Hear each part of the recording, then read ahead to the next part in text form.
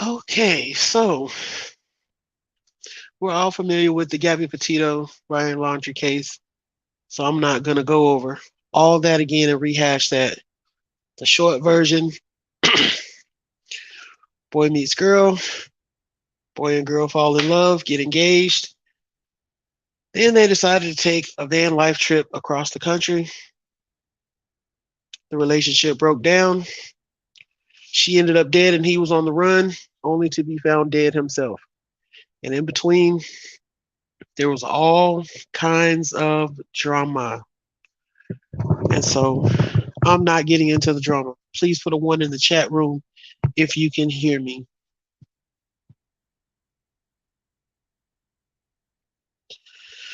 Get my other one.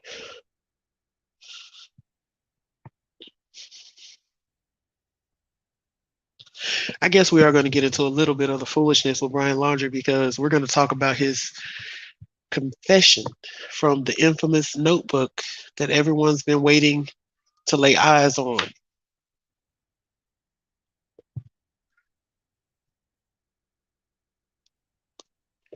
And in between, we're going to do some missing kids because missing kids are way more important than Brian's drama. So we're going to read Brian Laundrie's notebook confession and his message to Gabby Petito.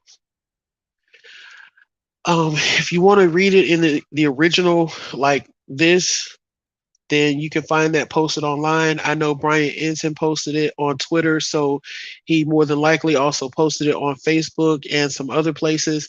There are several channels that are covering it, and most of the ones that are covering it are showing the original notebook pictures. I'm going to read from the transcript because I've read it.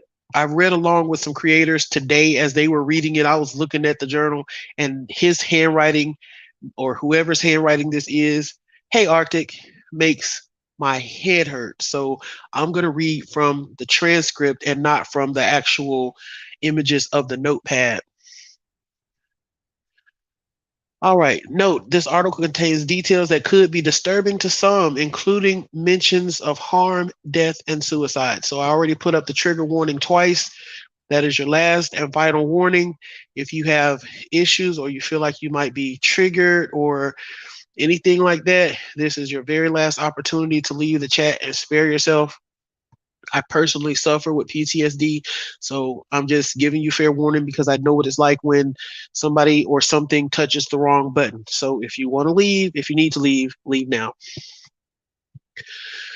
Okay, an attorney for the Laundrie family released contents of Brian Laundrie's notebook on Friday, including what appeared to be his confession and explanation for I can't talk right tonight, explanation for killing his fiancee Gabby Petito.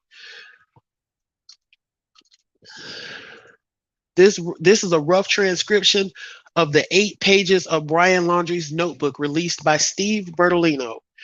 And since it was released by Steve Bertolino, then we know that this was not issued for any just out of the kindness of his heart. There is some kind of motive. It's a chess move. He's not playing checkers. He released this for a reason, and he released it at the time that he did for a reason. According to the notebook supposedly written by Brian, Gabby, I wish I was right at your side. I wish I could be talking to you right now. I'd be going through every memory we made, getting even more excited for the future. But we lost our future. I can't live without you. I've lost every day we could have spent together, every holiday. I'll never get to play with Illegible again. Never go hiking with TJ. I love you more than anything. I can't bear to look at our photos, to recall great times because it is why I cannot go on. When I close my eyes, I will think of laughing on the roof of the van, falling asleep to the sight of Illegible at the Crystal Geyser. I will always love you. If you were reading Gab's journal, looking at photos from our life together, flipping through old cards, you wouldn't want to live a day without her. Knowing that every day you'll wake up without her, you wouldn't want to wake up. I'm sorry to everyone this will affect. Gabby was the love of my life, but I know adored by many. I'm so very sorry to her family because I love them. I consider her younger siblings my best friends. I'm very sorry to my family. This is a shock to them as well as a terrible grief. They loved as much, if not more than me, a new daughter to my mother, an aunt to my nephews. Please do not make this harder for them. This occurred as an unexpected tragedy, rushing back to our car, trying to cross the streams of illegible before it got too dark to see, too cold. I hear a splash and a scream. I could barely see. I couldn't find her for a moment. Shouted her name. I found her breathing heavily, gasping illegibly. She was freezing cold, illegible, the blazing hot national parks in Utah.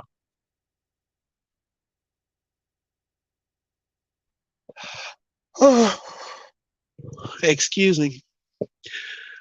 The temperature had dropped to freezing when she was soaking wet. I carried her as far as I could from the stream toward the car, stumbling, exhausted, in shock with my illegible and knew I couldn't carry her safe. I started a fire and spooned her as close to the heat. She was so thin. Had already been freezing too long. I couldn't at the time realize that I should have started the fire first, but I wanted her out of the cold back to the car. From where I started the fire, I had no idea how far the car may be. I only knew it was across the creek. When I pulled Gabby out of the water, she couldn't tell me what hurt. She had a small bump on her forehead that eventually got larger. Her feet hurt, her wrist hurt, but she was freezing, shaking violently. While carrying her, she continually made sounds of pain. Laying next to her, she said little, lapsing between violent shakes, gasping in pain, begging for an end to her pain. She would fall asleep and I would shake her awake, fearing she shouldn't close her eyes if she had a concussion.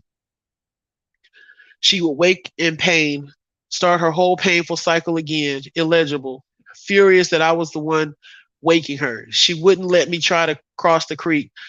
Thought like me that the fire would go out in her sleep and she'd freeze. I don't know the extent, or I think that should have been extent, is what he was trying to say, of Gabby's injuries. Only that she was in extreme pain. I ended her life. I thought it was merciful. That is what she that it is what she wanted. But I see now all the mistakes I made. I panicked. I was in shock. But from the moment I decided, took away her pain, I knew I couldn't go on without her. I'm trying to make it to the end, y'all, before I say anything. I rushed home to spend any time I had left with my family. I wanted to drive north and let James or TJ kill me, but I wouldn't want them to spend time in jail over my mistake, even though I'm sure they would have liked to. I'm ending my life not because of fear of punishment, but rather because I can't stand to live another day without her. I've lost our whole future together, every moment we could have shared. I'm sorry for everyone's loss. Please do not make life harder for my family. They lost a son and a daughter, the most wonderful girl in the world. Gabby, I'm sorry. I have killed myself by this creek in hopes that animals may tear me apart, that I make some of her family happy, that it may make some of her family happy. Please pick up all of my things. Gabby hated people who litter. After the notebook contents were released by Laundrie's family attorney, an attorney for Gabby Petito's parents released the following statement. I'm shocked that within 30 minutes of the time we left the FBI office, the notebook was released. Neither myself nor Joe Petito or Nicole Schmidt released that from the notebook. Whew, so much to say. So much to say. So first, I did a word cloud. I copied and pasted everything that he wrote, and I did a word cloud. And I saw something interesting. In his writing, in this 8 pages or 7.5 pages or whatever it was, he used Gabby's name, Gabby, 6 times. He used the word pain 6 times. He used the word I 60 times. He used I 10 times more than both Gabby and Payne. He referred to himself 10 times more often in this note, or whatever you want to call it, than he referred to Gabby.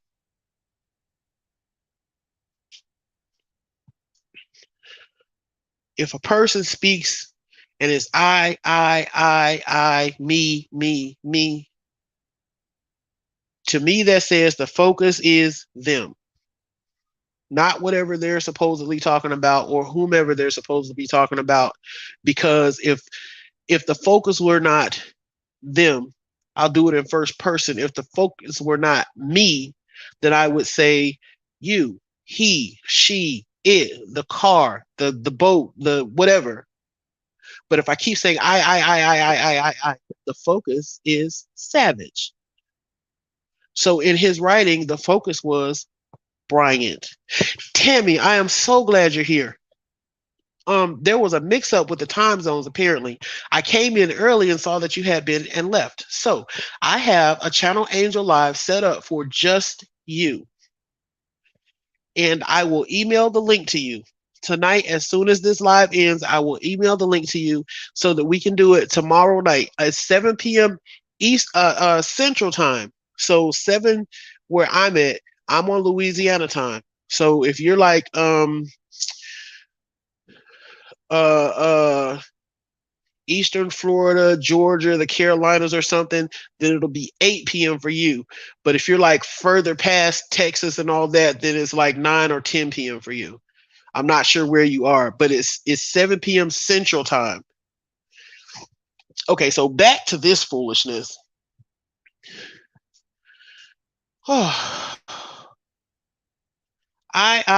Me.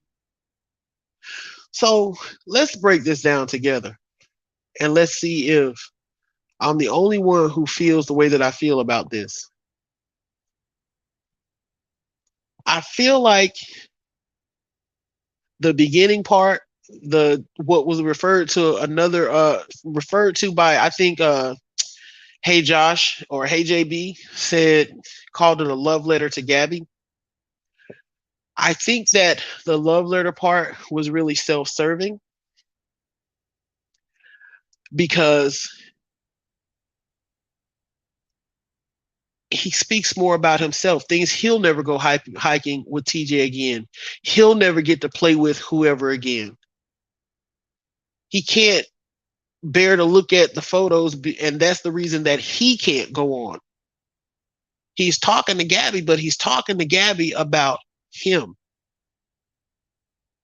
He's talking about his pain. He's not even addressing the pain of her family, of her friends, her siblings, people that lost her, who cared about her. He's talking about him. He's talking about his memories. Us laughing on the roof, falling asleep at the sight of whatever at Crystal Geyser. And I think in another transcription of this, it says a meteor shower. So even his supposed love letter to Gabby was all about him. The next part, and he's speaking to whoever he's speaking to, saying, if you were reading Gabby's journal and looking at the photos from our life together, flipping through old cards, you wouldn't want to live a day without her. Again, he's focusing on how he's feeling. He's assuming that you wouldn't, if you were in his shoes, you wouldn't be able to go a day without her because he says he can't go a day without her. It's not even about Gabby. Okay, so I'm going to say he used her name 7 times since one of them says Gabs. Still, that's like 9 point something more times than he used her name. He's apologizing to his family. He's apologizing to her family. And I have to question the sincerity of that. Because in the next part, he starts explaining what he says led up to her death, right? And it really doesn't add up. because when you're hiking or something like that, or exploring woods or whatever, and he was a known hiker, he was an avid hiker. Hikers pay attention to their landmarks, how far they traveled, which direction they were traveling. So there's no reason for him to have not realized how close they were to the van. They were close enough that he was able to go to the van and get out of the state park after he killed her and left her wherever she was left. He said he had no idea how far away the van was. What was he thinking when he wrote this that made him think this explanation would be satisfactory to anyone, that my only option was to kill her to put her out of her pain? He didn't think about, let me build a fire so that she can be warm, and let me go over that way a little bit and see if I see the van, see how close it is. Maybe drive it a little further up the road so I can take her to it if it's closer. Not let me go try to see if I can flag somebody down and get some help, because it wasn't like they were in some desolate area where absolutely nobody comes. We saw that Red, White, and Bethune caught their van on the camera on their dash cam as they passed by. And then I'm not sure of how true it is or how much confidence I have in it, but there was another camper who said that she actually went over to the van and spoke to him. So that's at least two other parties that were out there. So your only option was to kill her and leave her by this creek.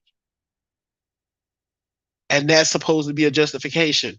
She was in pain. She was screaming for help. Da da da da da. I think that's a whole boatload of hogwash and bull guts. Nothing about that story makes sense to me. She slipped in the creek and she hurt herself. But he says he doesn't know how she was hurt. But then he says she had a bump on her head, her wrist hurt, her feet hurt. If you don't know what the extent of her injuries were, or you don't know how she was or what was hurt on her, how did you just name off 3 specific things that were hurt on her?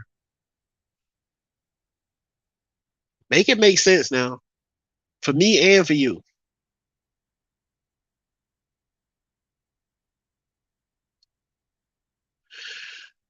Okay. He said she was begging for an end to her pain. What normal person takes someone crying for their pain to end as a cry for their life to end? And then he said he didn't know the extent of her injuries. So if he didn't know the extent of her injuries, how did he know? What made him just automatically jump to, she's so injured that I need to put her out of her misery? Yeah, exactly. He's trying to come up with a cover story that's going to fit whatever he thought they were going to find in the autopsy. Because if I see someone hurt themselves, fall in a river, bump their head on a rock, whatever, I am not going to automatically assume that they're in such pain and that they're so badly injured that I need to kill them and mercifully put them out of their suffering, because there's no way they can survive me trying to go for help or getting them to a hospital or something like that. I mean, unless, and we know it isn't true, but unless she had fallen and there was like an obvious gaping hole in the side of her head from hitting her head on a sharp rock, but we know that's not true because they didn't say anything like that in the autopsy report. They didn't call off an injury like that. They said she died from strangulation, from manual strangulation. The rest of it they didn't really tell us. If she had died from a big hole in her head, they would have said that. If she had died from a broken neck, they would have said that. They said she died from manual strangulation. And then it's not like he's got x-ray vision. Even if she had fallen and caused herself some type of internal injury, there's no way in the world that he could have known she had a ruptured spleen or punctured a kidney or something like that, or broke a rib. And none of that is necessarily something that you can't survive. So everything that he wrote so far is just hogwash, bull guts, and CYA. Feel bad for me because I lost the love of my life. Feel bad for me because I lost the love of my life in a way that was traumatic for me because I had to take her life. I didn't have a choice. You got to really be kidding me. So then he says, I rushed home to spend any time I had left with my family. I wanted to drive north and let James and TJ kill me. Here's the thing, if that's what you wanted to do, that's what you would have done. Because in that type of situation, a normal person, let's just go with what he wrote, right? So I'm with my fiance, the love of my life. My fiance, the love of my life, injures themselves so freaking badly that the only merciful thing to do is to kill them and end their suffering because they're going to die anyway, right? So I have to kill the person that I love and had planned to spend the rest of my life with. But my first actions afterward, my first mission afterward is to go and not call police and say, hey, this happened. It's to run thousands of miles away so that I can spend a few days or whatever with my family. That's my first action. So to me, under normal circumstances, even under outrageous circumstances, that doesn't make sense. Because if you loved her so much and what you did was basically a mercy killing because she was unavoidably going to die anyway, then you would have had no reason not to inform the authorities that she was dead and where she was. So again, bullcorn, bull guts, BS, CYA, and lies.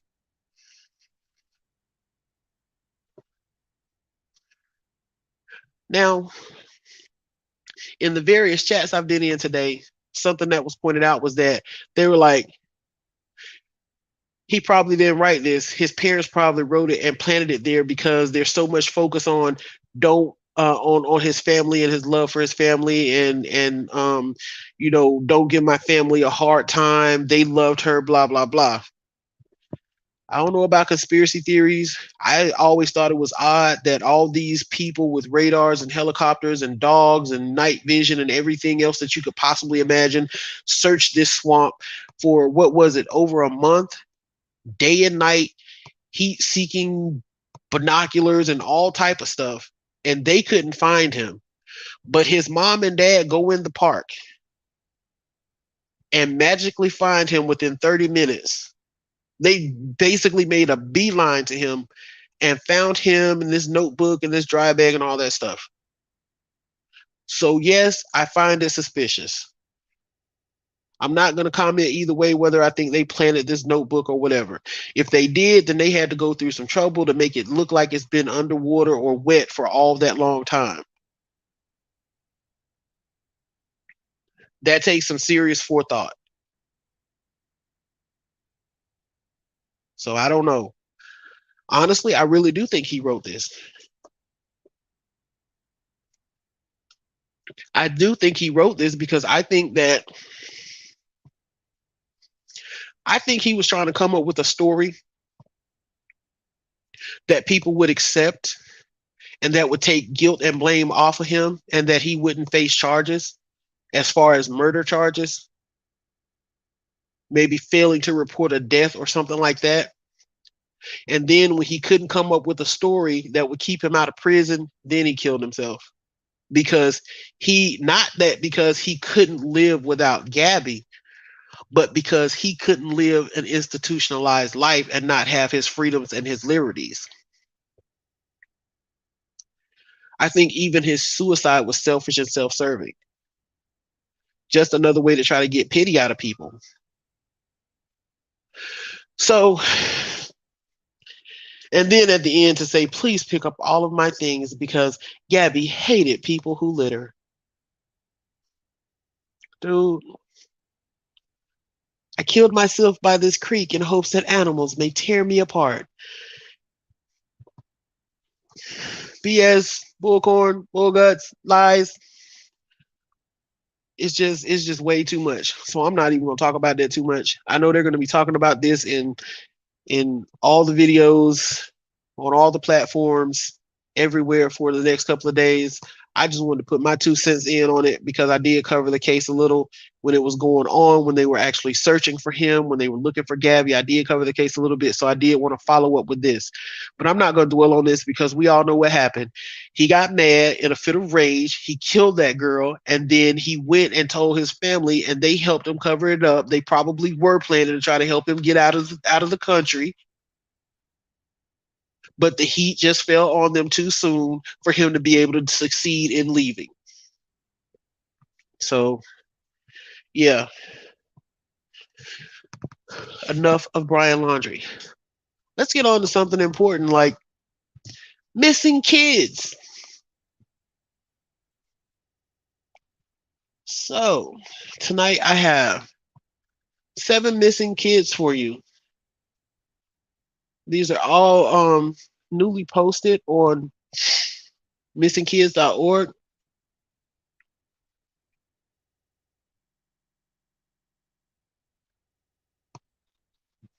First, we've got Kiara Newhall. She's missing since June the 9th. So, going on about 2 weeks, a little over 2 weeks that she's been missing. She's 15-year-old white female with brown hair and brown eyes. She stands 5'4", 115 pounds. It says Kiara may still be in the local area, which is Marrero, Louisiana. She may still be in the local area. When she was last seen, her hair was dyed multiple colors, and Kiara has multiple tattoos. I wish they had given more information about her tattoos, but as you can see, her hair in this picture is dyed like green and like looks like reddish over here, little yellow or blonde back there. If you have any information about Kiara's whereabouts or her disappearance, please call the Jefferson Parish Sheriff's Office in Louisiana at 504-363-5500. Again, this is Kiara Newhall. She is missing from Marrero, Louisiana since June 9th. The thing that's going to stand out is that she has her hair dyed multiple colors.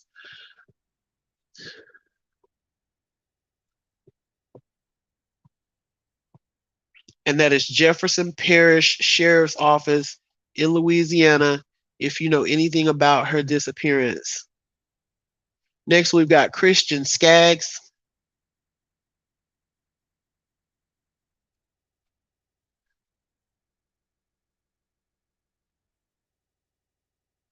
Christian Skaggs is missing from Calumet City, Illinois since June the 8th of this year. His date of birth is April 24th, 2007. He is a 15-year-old Asian male with black hair and brown eyes. He stands 5'8", 132 pounds. Christian may travel to Effingham, Illinois. Christian's nose is pierced, and you can also see that he has piercing in his lip right here too. Oh wait, I'm not even sharing the tab. Hold on. Got to add it to there we go. Did I have Kiara up? If not, and I'm gonna go back and pull hers up so that you can actually see her. I don't think I had hers actually up in the window, but this is Christian Skaggs. You can see he has piercings in his lip as well. So they're saying he has a nose piercing. He also has a lip piercing. He's missing from Calumet City, Illinois, and may travel to Effingham, Illinois. If you have any information, call the Calumet City Police Department at 708-868-2500. Again, Christian Skaggs, let's get a good look at him. He has his hair dyed red, so he's probably also, okay, I'll put her back up. I didn't think it was. He's probably also one of those kids who like to dye his hair different colors. So it's red in this picture. If you see him, it might be blue or green or yellow or gold or whatever. But try to remember his face and the piercings. He has a piercing in his nose and he has that piercing on his lip. Now, I don't know if that's two separate piercings or if that's one piercing and it's like a bar or like a horseshoe type deal, but he has two holes in his lip. Okay, so let's put Kiara back up here.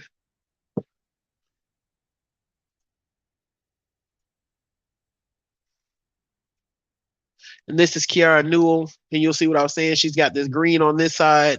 Right here in the bang area looks like it was red and it's probably fading out. Then this over here looks like yellowish or blonde. And this is Kiara Newell, 15 years old, missing from Marrero, Louisiana. 5'4", 115 pounds, brown hair, brown eyes, white female, 15 years old. Date of birth is November the 9th, 2006. You can call the Jefferson Parish Sheriff's Office at 504-636-5500. Kiara Newell or Kiara Newhall.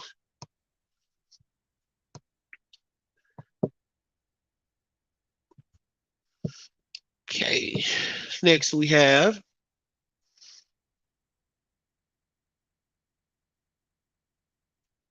Britton Smith. Oh, it's taking a minute to load. Let this be a 404. Oh, we have Britton Smith. Britton has been missing since June 15th, 2022 from Modesto, California. Her date of birth is January 12th, 2006. She's 16 years old, a white female with blonde hair and blue eyes. She stands 5'7", 160 pounds. Says Britton may be in the company of an adult male. Her hair may be dyed pink. And it looks like, I don't know how well you can see it, but I can kind of see the pinkish right in here and right in here, like where the light is kind of shining through it at a certain angle. She's been found. Okay, so Britton has been found. We'll chalk this one up to a good news story. Found safe, right?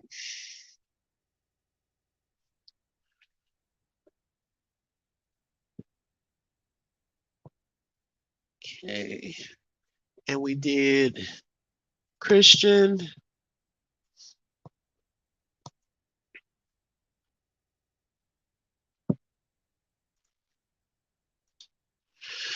All right. And we have another Cody. We have Cody Davis. Such a beautiful little baby, isn't she? Oh my gosh, she is so cute. I just want her. I want to bite her cheeks. Oh my God. Don't let Bubby hear that. Bubby will get me because she think I ain't nobody Gigi but hers. If she see me looking at another baby, I'm gonna tell you that story in a minute. So Cody Davis, this cute little baby, she is so pretty. I can't stop talking about it. She was missing since June the 14th of 2022 out of Houston, Texas. Her birth date is October 25th of last year. She's just 7 months old. She's a black female with black hair and brown eyes. She's about 2 feet 1 inch tall and weighs 11 pounds. 11 pounds? That don't sound right. 11 pounds doesn't sound right for a 7-month-old. That's like a newborn weight or a 1-month-old weight. So I'm going to say they have the weight wrong on this. At 7 months, she's probably more like 30 pounds, 25, 30 pounds. Because God, one of my cousins had a baby who came in a whirlwind 11 pounds, and my biggest was 8 pounds. So I'm going to say that's wrong. Both photos shown are of Cody. She may be in the company of an adult female. Cody may be in need of medical attention. So this precious angel, yeah, that might be right. Since they're saying she may be in need of medical attention, we never know what's going on. She might have a feeding tube or any number of other things going on. So to be on the safe side, I'm going to say she's anywhere between 11, because she looks too chunky to be 11 pounds. Of course, she might just be she could be a micro preemie. She could be a micro preemie. And if she's a micro preemie, she would be on the small side. We had a micro preemie, and at just shy of 2 years old, he had a cousin who was like a year. Was it a year or two? It was a year behind him. Wait, yeah, he had a cousin that was like a year and a half behind him, but was bigger than him. So I'm going to give it between 11 and 25 pounds. She may be a little bit bigger than 11 pounds. Um, if you have any information about Precious Cody Davis, please call the Harris County Constable's Office at 713-643-6602.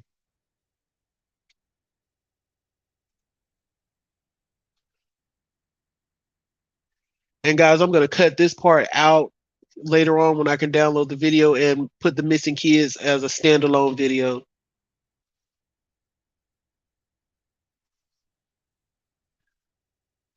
Next, we have,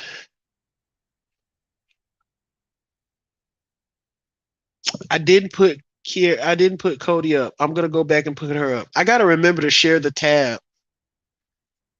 I'm so used to it adding itself to the stream automatically that I forget I need to actually share the tab. So I'll put her back up in just a second. Next, we have Ray Valdez Jr. He is missing since June 14th, 2022 from San Antonio, Texas. He was born July 26th, 2007. He's 14-year-old Hispanic male with brown hair and brown eyes. Stands 5'3", 120 pounds. Ray was last seen on June 14th. If you have any information about his disappearance or his current whereabouts, please call the San Antonio Police Department at 210-207-7273. Again, this is Ray Valdez Jr.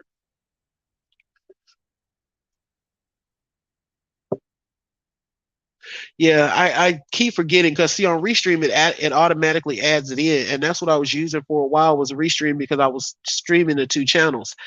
And now that I'm back on StreamYard, because I much prefer StreamYard, I keep forgetting to actually share the tab. So now y'all see why I was all, ooh, isn't she beautiful? Like she is so cute. My gosh, she is just so precious. This is Cody Davis. She is just the most precious thing you've ever seen. Those bright eyes, happy little smile. But you should see she's kind of chunky. And so at 2'1", 11 pounds would be really, really like, I don't think she would have all this like chunk around here. She's got fluff to her face. So that's Cody. Again, if you know anything about her whereabouts or her disappearance, please call the Harris County Constable's Office at 713-643-6602.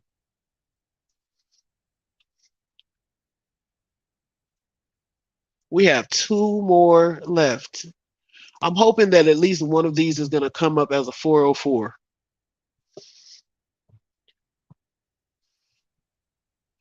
So here we have Justin Appleberry. He is missing since June 19th of this year from Camdenton, Missouri. His birth date is January 25th, 2008. He is a 14-year-old white male with brown hair and hazel eyes. He stands 5'9", 139 pounds. Both photos shown are of Justin. He has a tattoo on his upper right arm. I really wish that when they say that they have a tattoo, they would give some kind of description. I mean, is it a heart, a cross, a flower, a bird, a butterfly? What is it? It looks in this picture like he has just a slight spatter of freckles. Of course, that could just be texture from the picture. But it does look like he has a cleft in his chin. I always try to find something distinctive that will stand out about the child, and that's what I'm seeing. It looks like a very, very, very slight spattering of freckles across the, like across the bridge of the nose and the cheeks. But he definitely has a cleft in his chin.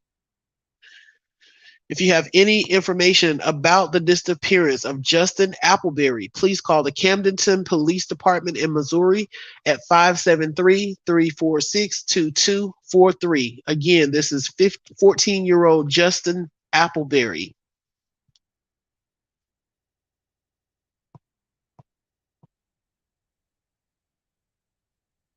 Yeah, the other girl was like 14, but it said she had several tattoos, remember? Okay. And last but most definitely not least, we have Julian or Julian Figueroa. He is missing since June 22nd of this year, so just 2 days ago, from Chicago, Illinois. His date of birth is April 26, 2006. He's 16-year-old Hispanic male with brown hair and brown eyes. He stands 5'5", 120 pounds. Julian was last seen on June 22nd. The distinctive thing that I can see about him is just how his face kind of narrows off. It's making me think of someone like an actor, but I can't think of what the actor's name is right now. But you see how it kind of goes from a wider kind of, his cheeks are kind of wide, and then his chin comes down to a point. That's about the most distinctive thing. And of course, he has perfect eyebrows. Why don't my eyebrows grow like that? Here we go. So that's the two distinctive things that I can see about him. He has these like perfect freaking eyebrows. And then his chin just gets narrow as compared to, it's like really narrow compared to like his jaw area. If you have any information on the disappearance or the whereabouts of Julian or Julian Figueroa, please call the Chicago Police Department at 312-746-8255. Julian or Julian Figueroa. And that is our last missing child for tonight. Tomorrow, I will definitely be back with some more missing children. I'll do that in the daytime because that channel Angels Live is tomorrow night, and I will be hanging out with Tammy. We're going to have some fun, fun, fun. Thanks for joining. Nice to see you in the chat after so long, Arctic Fox. And good night.